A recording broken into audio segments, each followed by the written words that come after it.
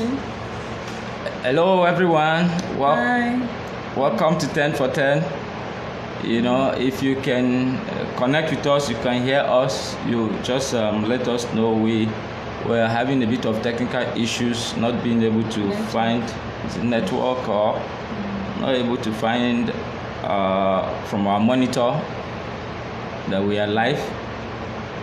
So please, if we can get there, if you are joining us, let us know if you can see us, if you can hear us. If you can see us, you can hear us, let us know. Let us know.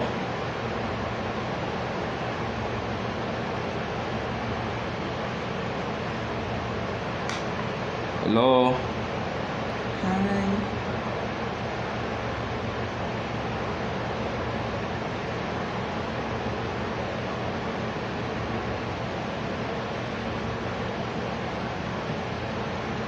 All right. If you're thank you. Yes. Now you can see us. Can you hear us? Please, you can make a comment if you can hear us.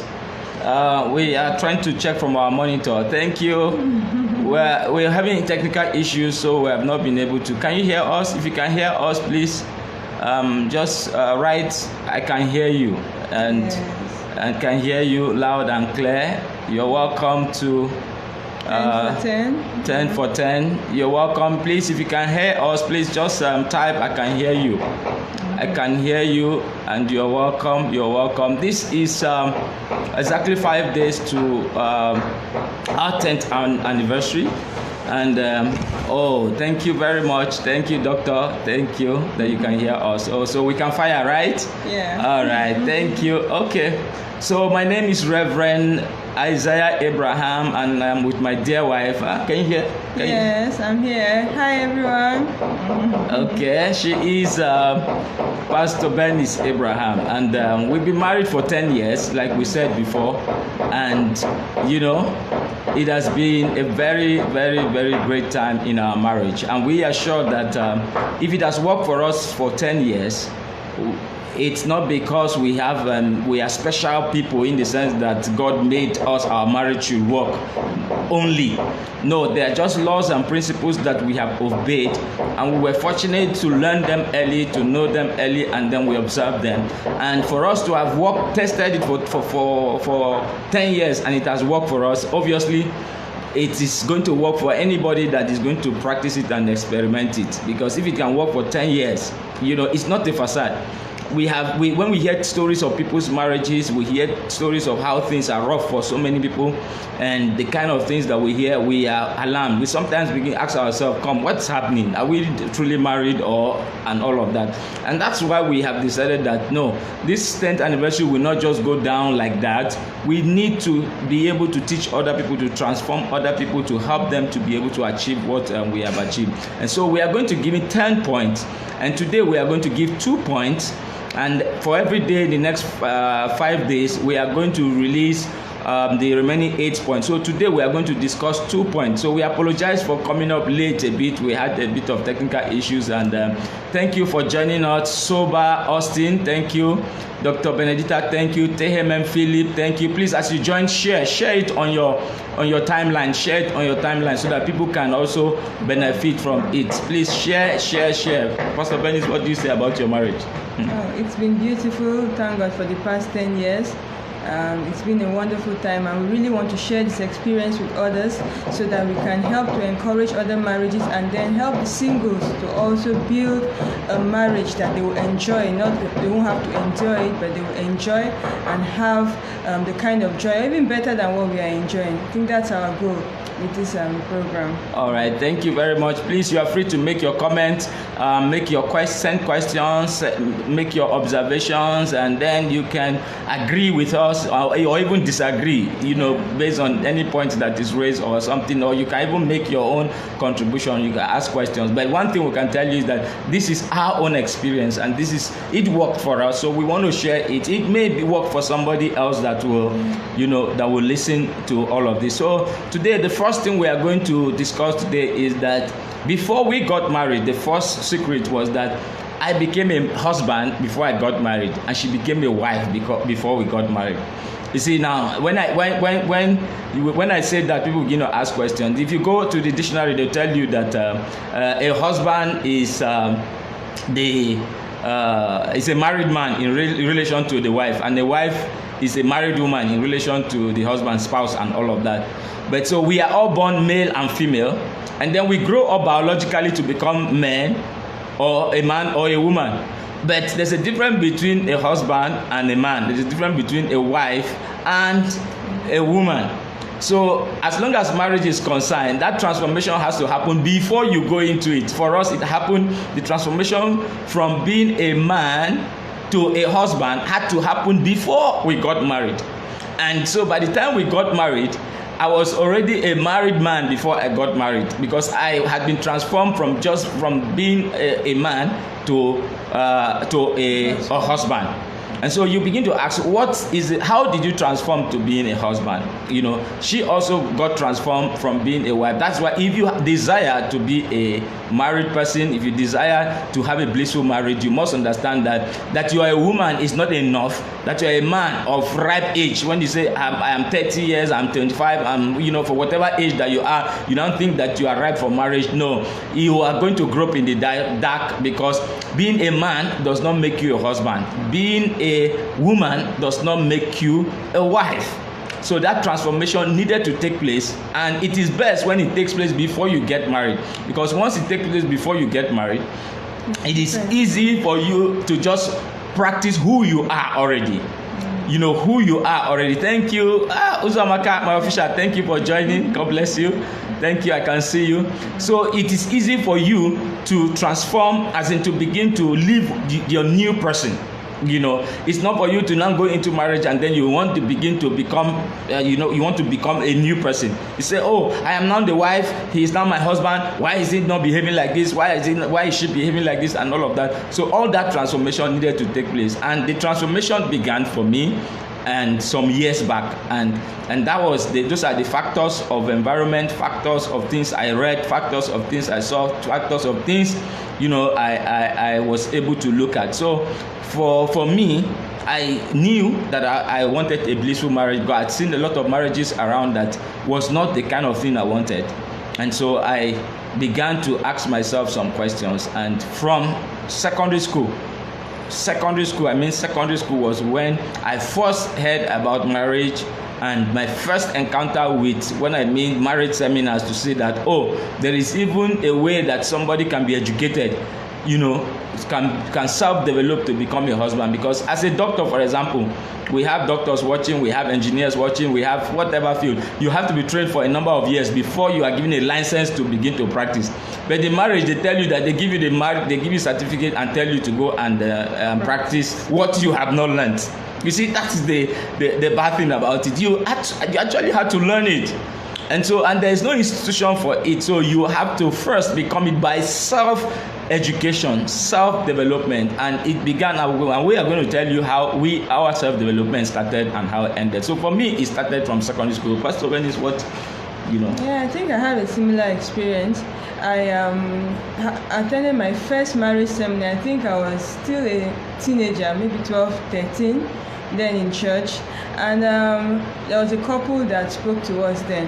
And they really changed my mind, my perception about marriage. From that early age, they gave me a very beautiful picture, and that became my focus. From that very point, I admired their relationship, I admired their marriage, and I knew that that's what I wanted.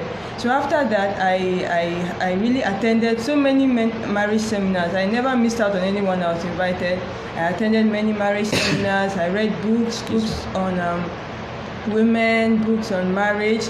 I didn't, it's not like I had a plan per se, but I didn't know what I was gaining by doing that. But I eventually saw that when I got married, that I had actually trained myself by attending these marriage seminars, by reading all the books. I had a foundation to build my marriage on. So it was really important. It also helped me to have a mindset that marriage could be beautiful, marriage could be blissful. So I was not I didn't have to be derailed by the kind of pictures we see around of broken homes or broken marriages. No, my picture was already set from an early age that this marriage can be beautiful and this is what I wanted. So nothing else could change that mindset, nothing else could change that picture. And that is what we want to do by this program, to tell people that marriage can be blissful.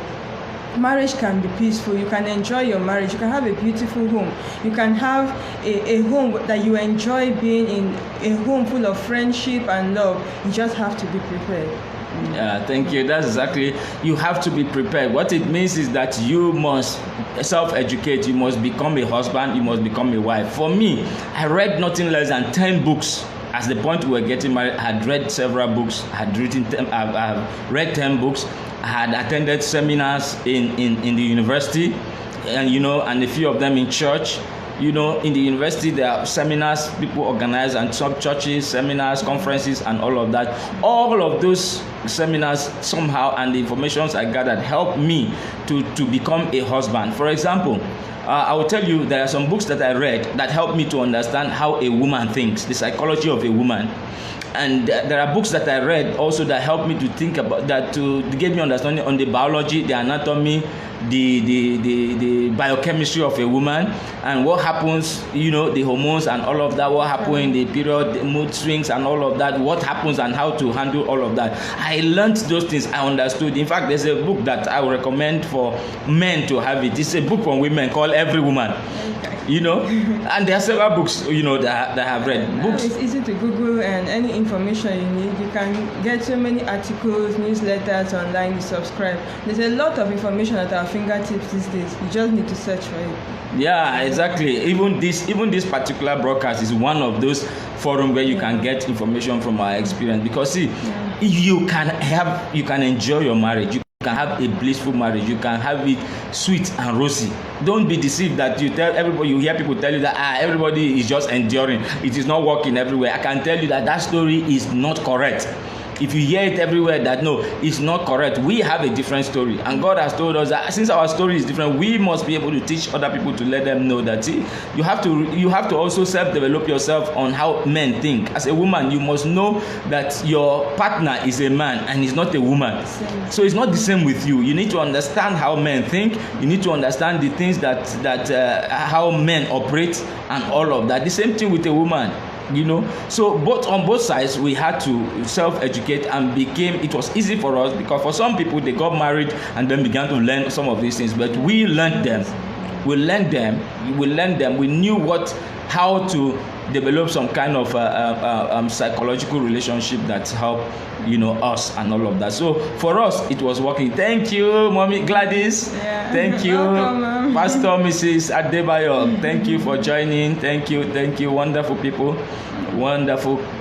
Thank you. So the first thing is that we, just to recap this point, I became a husband before I got married. She became a wife before she got married. And what we're saying is that we self-educated ourselves. We understood the purpose of, as in we understood what marriage is all about, and we stayed and took, as in we decided to, we knew what we needed to know, and we were ready to pay the price to get information, to read about it, because we didn't want our story to be like the other people. So you have something to add to that? No, not much, but it's not too early. Whatever age you are right now, teenager, university, it's not too early to start learning. Because the more knowledge you have, the better it will be for you. Now, when you want to get married, a lot of times they organize a marriage training class, maybe 6 months, 3 months, 2 days, like ours was 2 days. Yes. But it might not be enough, because the more you build on that knowledge, the more it transforms you inwardly. So you can start now. Start training, start reading, little by little. It may not be a whole book. Start from an article, read something, but make it a purpose, make it a focus that you start preparing for your marriage, whether you're in a relationship now or not, whether you have somebody or not. Just start reading one thing or the other, start attending seminars, start building your life, preparing for the marriage relationship so that you can enjoy it. All right, so if you have a plan for marriage, or you are already in marriage, You are in a marriage, and the marriage is not your dream marriage. It's not panning out the way you want it. Then you have to start studying. The first thing to do now is to go into self-education. Because there are no schools. There are universities for courses that we read in school, but there are no schools where they really teach you the nitty-gritty of marriage. So bulk of what you get is from the experiences of people, is from what you read, is from what you hear. And like us, we stood like is it Albert Einstein or the guy that stood on the shoulders of giant Isaac Newton. So we stood on the shoulders of giants. We learned from people's experiences by books that we read, and we also attended seminars. That's why it's very important. Not because all of these things will shape your mind. You will start seeing marriage different from what you have, because most of us in Africa come from homes that marriages are not really working. Our parents are just together, but that bliss is not there. Most of the time they are just together because of us, the children. And sometimes you hear that 2 years after marriage, those who cannot endure, some people even endure to 20 years, 20 something years. When the children have gone, they are more mature and independent, the marriage crashes and all of that. That's because they have not been able to get that right. So thank you. That is the first point. So the second point we are going to talk about, Magdalene, you're welcome. John, Iyuna, you're welcome. God bless you. God bless you. Thank you. So the second point we are going to talk about is your purpose, your life purpose, your life goal, your life obsession. The reason why you are the reason why you are alive. And if you have not discovered the reason why you are alive, what I mean, your life purpose, your life obsession, it could also be your life goal and vision, could also be your career. It can also be your career, and it may not be your career. But there must be a reason why you are living. There must be a reason why you are living. Thank you, Mommy Gladys. You said, yes, knowledge is power. You can enjoy marriage regardless of what you see or hear people say. Thank you. Because the knowledge you get will give you a new mindset. So it's not all about what people, are saying or doing. You just have a mindset. So the next point we want to quickly say about is about your goal in life, your life purpose. Because see, everybody has an obsession. Everybody has the reason, something they are passionate about. And that passion is very important, because your passion is actually who you are. Because that's your drive. That's what keeps you going. That's the reason, so you have built a passion maybe from when you are a child. You want to be this, you want to be that, you want to, whatever it is, that passion, that dream that you have. Your marriage has to be built around that dream. So if you have not discovered who you are, for us, it was easy for me and for her, we discovered who we were. And that's the advantage of being saved, being born again, and then being in the right environment. You have the right teaching and all of that. It's a huge advantage, because once you are able to find the purpose of your life, even whatever career or whatever obsession, whatever it is that you have decided for your life, then you build your marriage around it.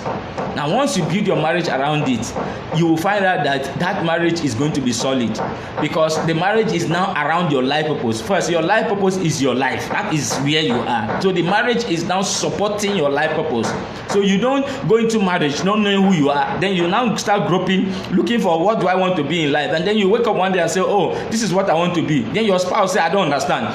And then you start having a lot of issues. So young people who are not married, one of the things you must first is decide for yourself what is your passion. That's why some people who get married and then their wife with the husband will say, oh, I don't want my wife should not be a teacher, or my wife should not be a this, or you are a doctor. They say, don't work again, don't do all of that. And then you start having people, because once your life passion is taken, your life is taken. Once that thing that excites you, that thing that your passion is all about, once it's taken, your life is taken. So you are not in that marriage feeling like you are in a bondage, feeling like things are not working. So for us, we had to learn to build our marriage around our life purpose. Thank you, Barrister Adang Samba. Thank you for joining. Thank you for hearing us. Okay, what do you say about that? Yeah, I totally agree with you, sweetheart.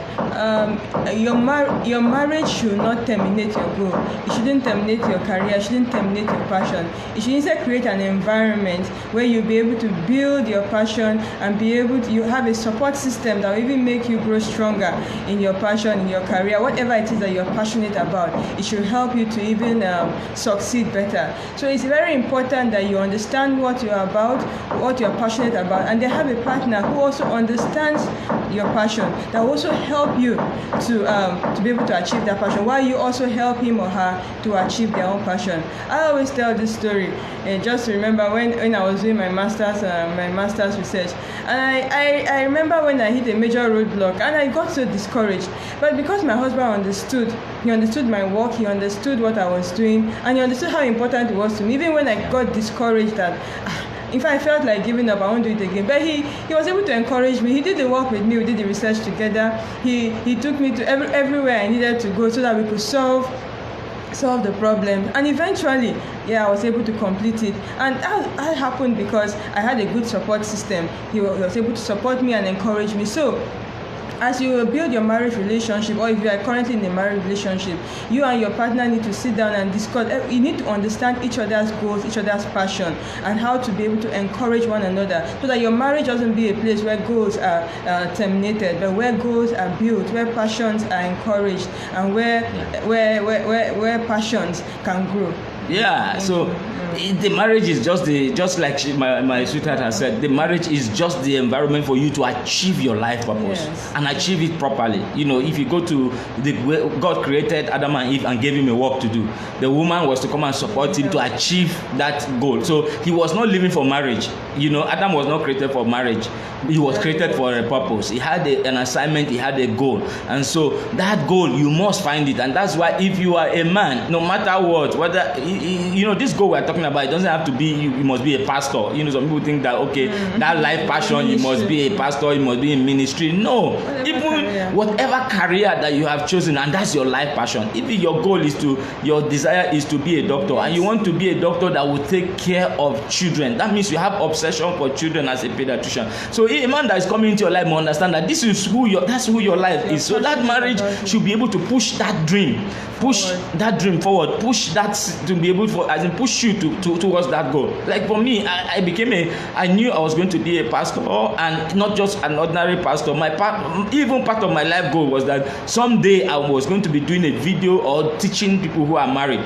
So I shared all of this to my wife. So my wife knew that, hey, this guy is going to be a pastor, this guy is going to have a formidable home, and all of that. So everything we were doing, everything about our marriage was built around those life goals. She has a passion to teach, to do research, and all of that, teaching from nursery school, primary school, secondary school, and even up to university. I knew it, and I knew that was her passion, and she didn't want to break all of that. So I had to encourage them, support them, and all of that. So I had to encourage her and support her. So the marriage today is achieving two goals: the goal of achieving my life obsession and achieving her life obsession. And that's very, very key, because if you don't know your life obsession, it will be a big frustration. Nuhu, thank you for joining. Pastor Nuhu. Hey, my oga at the top, officer Abiche Ikalu, thank you my brother. So thank you for coming. So all of that has to be discussed. For example, I have my friend who is watching us now, who is a brother who is an army officer. So if that's his life. In fact, as a soldier, you have signed to die at any time. So any woman that is coming to his life must understand that this is what this guy is living. So he must support it. If he wakes up one day, the whistle is blown that you have to go to the parade, you have to be away for 1 year, 2 years. She has to just know that this is why she is married, to support that he achieved this goal. So she will be supporting him there, and where she has the opportunity to be with him, she spends time with him, because that is the purpose of the marriage. That's the purpose of the marriage. So it has around that. So it helps you, even when you are raising children, you know that, the purpose why I am getting married, will this affect it, will this help it, and all of that. You also know to help you to guide yourself in the kind of decision you make. So today you need to understand that your life goal, your life purpose, the reason why your life obsession, it could be your career, it could also be something that is not your career. It's got to be something like that. There's no research work I have done that my wife does is not involved in it. Whether outside being a pastor, I always pass my research work through her. If I have a seminar presentation to make, because we write it together. We will write it together. We will write it because the essence of this marriage is that whatever I want to do, I have to succeed in it. So she supports me. Whatever she wants to do, she has to succeed in it. So I give her all the needed support to achieve that. And that's the reason why the marriage is strong. The marriage is working. Dr. Chris Mfonga, thank you for joining. Vicky Kajo, my big auntie barrister from the US, thank you for joining.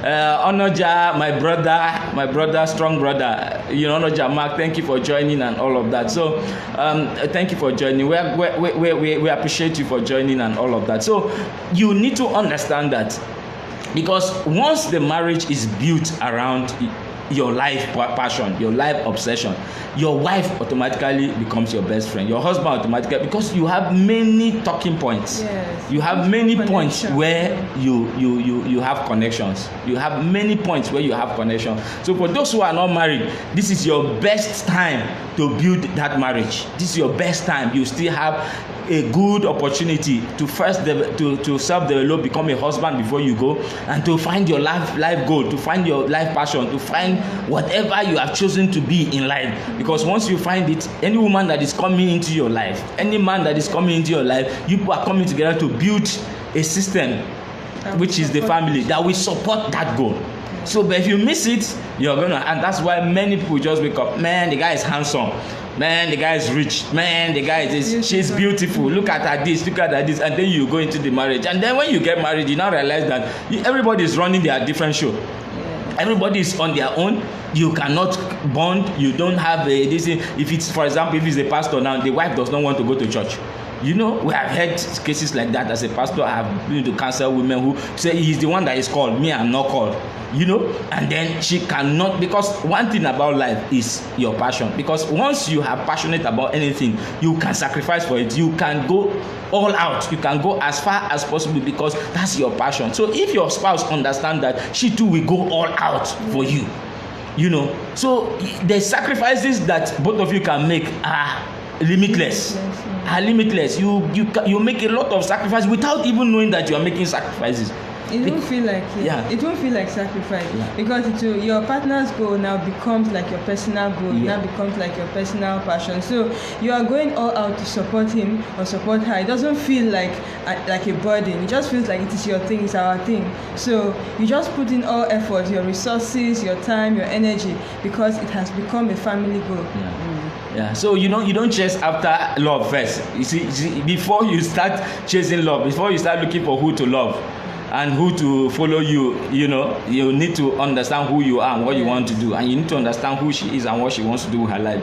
Not, she has money. These days I hear, she has money, let me go, the economy is hard, let me marry a woman that can have money. See, money can come, money can go, but your life goal, your life passion, if you have the right support system, you will achieve anything you need to achieve in life without any delay. So if you have any questions, you can ask. So we just want to thank you. Okulu Paul, my brother, thank you for joining. Pastor Eric, all the way from Abuja, thank you. My brother, Pastor Nuhu, thank you. Magdalene, I can see you. Wow, wonderful people.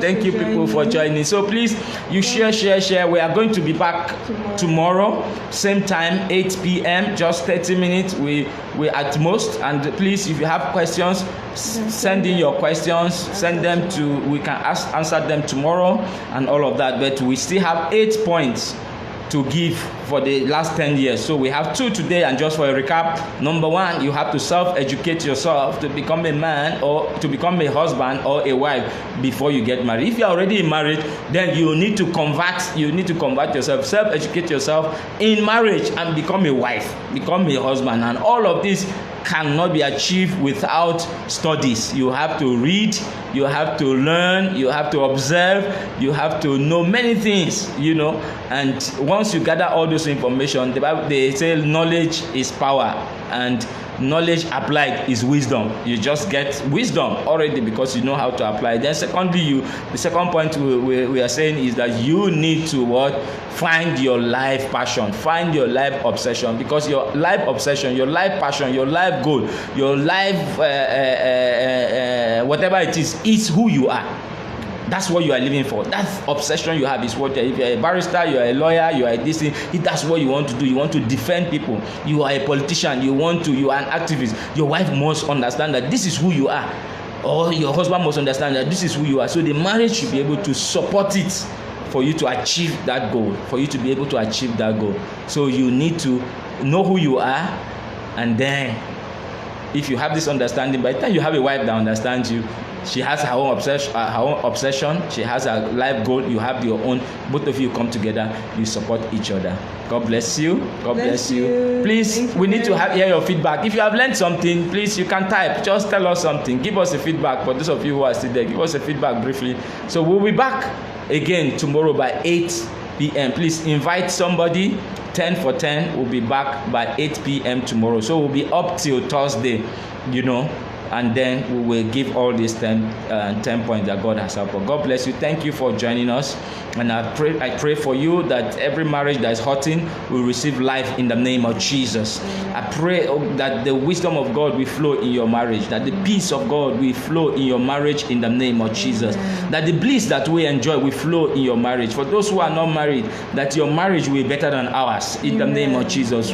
God has placed a passion in us that God, if it has worked for us, it can work for any other person.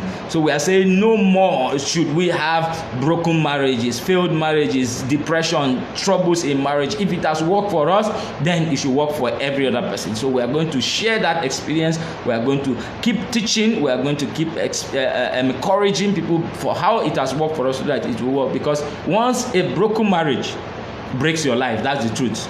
Once your marriage is broken, when it is not working, one part of your life is going to be having a lot of issues. And I can tell you, the joy that we have, this world didn't give it. This world cannot take it away, because the joy of God in our life. So I bless you. I bless you. See you tomorrow. God bless you. Thank you. God bless you. Thank you. Yeah. Good night. Good night. Bye-bye. Bye. From all of us here, we say what? Good night. Bye.